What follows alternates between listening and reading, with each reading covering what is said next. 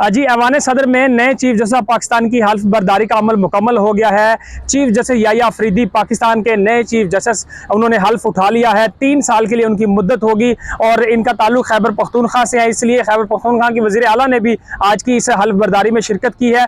और यहाँ ख़ास बात ये थी कि आमतौर पर हमने देखा है कि कल जैसे अलविदाई तक जो है एक कॉन्फ्रेंस था, फुल कोर्ट था साबिक चीफ जस्टिस काजी फैज़ ईसा के एजाज़ में, वहाँ पे 5 से 6 जजेस ने शिरकत नहीं की थी। लेकिन आज की जो हल्फ बर्दारी की तकरीब है उसमें सुप्रीम कोर्ट के तमाम जजेस ने शिरकत की है, जिसमें जस्टिस मुनीब अख्तर और जस्टिस आयशा मलिक, जिनके खास तौर पे सीनेटरी में नाम है, और जस्टिस मंसूर अली शाह इस वक्त उम्र की अदायगी के सिलसिले में पाकिस्तान में नहीं है, लिहाजा वो आज की इस हल्फ बर्दारी की तकरीब में शिरकत नहीं कर सके। लेकिन बाकी तमाम जजेस सुप्रीम कोर्ट के आज इकट्ठे थे। तो ये एक पैगाम है कि सुप्रीम कोर्ट के तमाम जजेस जो है नए मुंतखब होने वाले चीफ जस्टिस के सरबराही में जो है एक तासुर है इख्तलाफात का जजेस का, वो ख़त्म हो जाएगा। और दूसरी तरफ हमने देखा है कि तमाम सूबों के वज़राए आला ने भी आज की इस हल्फ बर्दारी की तकरीब में शिरकत की है। तमाम सर्विसेज चीफ ने इस हल्फ बर्दारी की तकरीब में शिरकत की।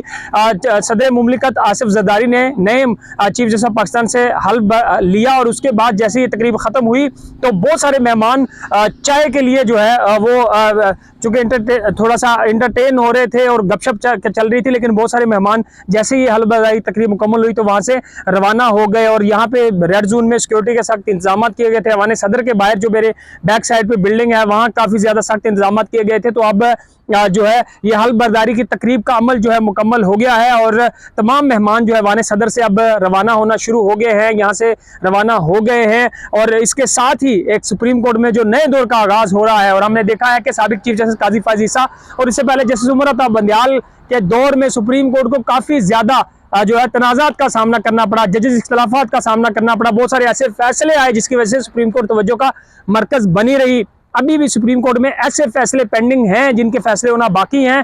तो नए जो चीफ जस्टिस पाकिस्तान है जैसे याह्या अफरीदी, वो किस तरह बेंच बनाएंगे, किस तरह जजेस को उनको शामिल करेंगे, नया आईनी बेंच कैसे बनेगा, ये बहुत सारे ऐसे सवालात हैं, बहुत सारे ऐसे आने वाले दिनों में फैसले होने हैं जिससे सुप्रीम कोर्ट की जो नए दौर का आगाज़ हो रहा है उसे डायरेक्शन भी सामने आएगी। तो आज नए चीफ जस्टिस पाकिस्तान जैसे याह्या अफरीदी ने इस वक्त हल्फ उठा लिया है और इसके बाद सुप्रीम कोर्ट बार के इलेक्शन भी होना है, तो सुप्रीम कोर्ट फिर तवज्जो का मरकज़ बनी रहेगी।